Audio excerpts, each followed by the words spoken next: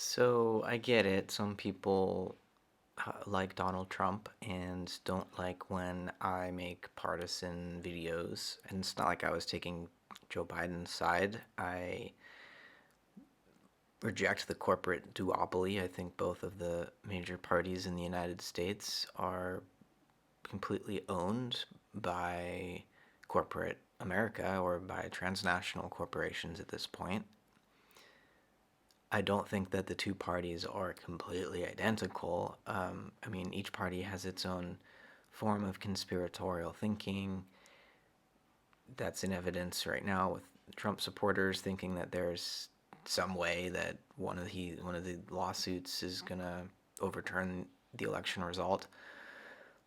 And on the Democrat side, the whole Russia Gate thing was, there's always with conspiracies a little bit of truth there, but the idea that Hillary Clinton lost because Putin's intelligence agencies took out a couple of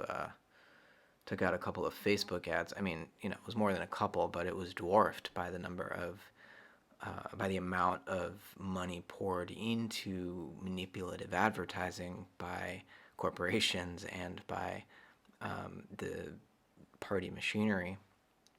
And so, each side has its form of conspiratorial thinking. I think QAnon and the idea that the virus is a hoax, the idea that there was widespread election fraud, and Trump playing into this and in that way delegitimizing the entire electoral process, I think it's it's not good. But let me just take the next 10 minutes or so to talk a bit about how I think society might be reimagined, rather than dwelling on the sort of mundane realities of party politics. And not that it isn't important on some level, but as I was saying in my video, change is not going to come from these dying institutions. We're going to need to reimagine politics, the way that we do human society, from the ground up. So I want to draw a little bit on the idea of social threefolding, which comes out of the thought of Rudolf Steiner, who was a sort of Austro-German philosopher who died in 1925. And he's also the founder of Waldorf education and biodynamic farming and a number of other social initiatives. But Steiner also, in the interim between the two wars, I mean, he died in 1925, but after the First World War, for a few years, he was trying to get Germany to adopt this new model of society. And basically, in the same way that Plato would think of the individual human soul as in some ways a microcosm of the ideal society, and these aspects of the soul, which for Steiner he divided into thinking, feeling, and willing. Society in some ways mirrors the soul. And so for Steiner, the three dimensions or spheres of social life would be the cultural sphere, the economic sphere, and the political sphere. And these correspond, right? Culture to thinking, economics to willing, and politics to feeling. And in the cultural sphere, we're really dealing with things like education, the arts and sciences, and also religion and spirituality. The media would also be in the cultural sphere, journalism. In the economic sphere, we're talking about the realm of free association. Steiner wanted the economic sphere to be more about cooperation rather than competition, as under capitalism, shareholder capitalism. And then the realm of politics had to do with rights. It had to do with protecting the liberty, the freedom of, and the equality, really, of human beings. And so, law, legislation, direct democracy, all of these things would be part of a healthy political sphere. And Steiner thought that these three spheres had to be kept at a distance from one another in order that they might better cooperate, because in the modern world, we historically have seen the dangers of one sphere dominating over the others. When you get the cultural sphere dominating over politics and economics, this is basically, it's kind of theocracy. It's what we still see in much of the Islamic world. When you get the economic sphere dominating over culture and politics, I mean, that's pretty much what we have in the United States and in much of the developed world. Capitalism basically runs the state and writes its own legislation to serve its profit motives. And so politicians basically work for corporations. And so the economy, the economic sphere, is thus dominating the political sphere.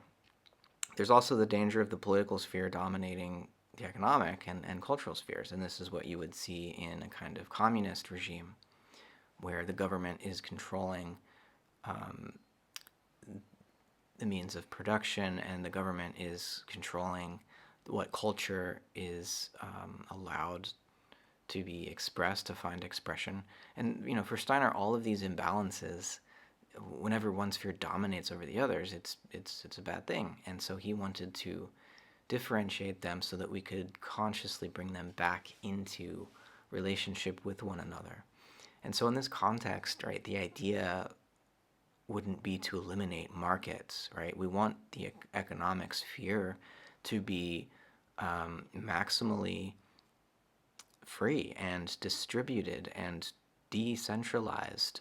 We want the creative dynamism of free exchange and free association to, be able to, operate economically. That said, the rights of workers would need to be protected. And in the political sphere, through democratic means, each society determines what the rights of the workers are. And I think in order for an individual to have, equality and to live in a democratic society with a sense of equality, and we're talking about equality of opportunity here, right? Steiner believed that individuals, out of their own initiative, would need to realize their own abilities and exercise their own abilities, and not be, the state can't guarantee everyone the same outcome in life. And, so Steiner was not advocating for equality of outcome. He was advocating for equality of opportunity, though, and that meant that in the realm of politics, we would protect certain rights. And I think I won't speak for Steiner, but I think in our contemporary day and age, the political sphere, there should be legislation in place that guarantees some level of basic needs be met for every individual, right? Food, shelter, education, and yes, healthcare are rights. In other words, they should be protected by the state. And now everything else is a matter of economic free exchange, right? As long as workers are guaranteed these basics, then they enter into the market to sell their labor, and that's fine. But Steiner also thought that the profits of the economic sphere should be, much of that money should be freely donated back into the cultural sphere. He didn't think it should be taken in taxes by the state. He thought it should be freely donated to the cultural sphere to fund things like education, to assure that families had access to childcare, kindergarten through high school, and that individual students had access to higher education as adults for as long as they wanted to pursue it, and that this would be funded by the free donation of the economic sphere from the profits that are made, because Steiner was worried that if the government was funding the cultural sphere, that it would control that cultural sphere too much.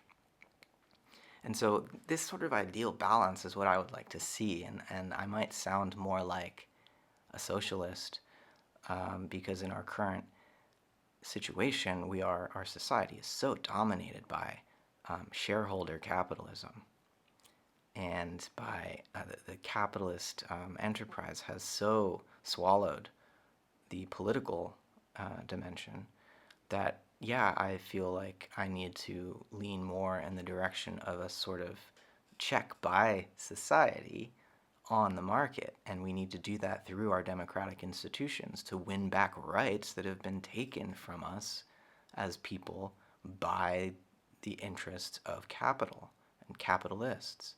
And so, I sound socialist because I think the government needs to take back the power that the capitalist economy has taken from it, right? But then I still want the cultural sphere to have autonomy from the government.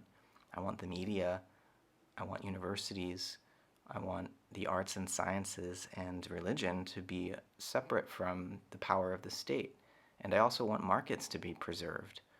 I think that we need individuals and free association among individuals into corporate firms if they want, governed by more of a stakeholder form of capitalism, if you want, or we could just call it stakeholder markets, where worker co-ops are formed, where profit isn't the only aim, but also taking care of the employees, taking care of the customers, taking care of the locality and the environment where the business is located. These would all become part of what an economic firm, a corporate association of individuals would need to value. So, I think I just wanted to lay that all out there to give a positive vision, an alternative social imaginary than the current neoliberal capitalist imaginary that continues to rage like a forest fire all around us, destroying everything in its path.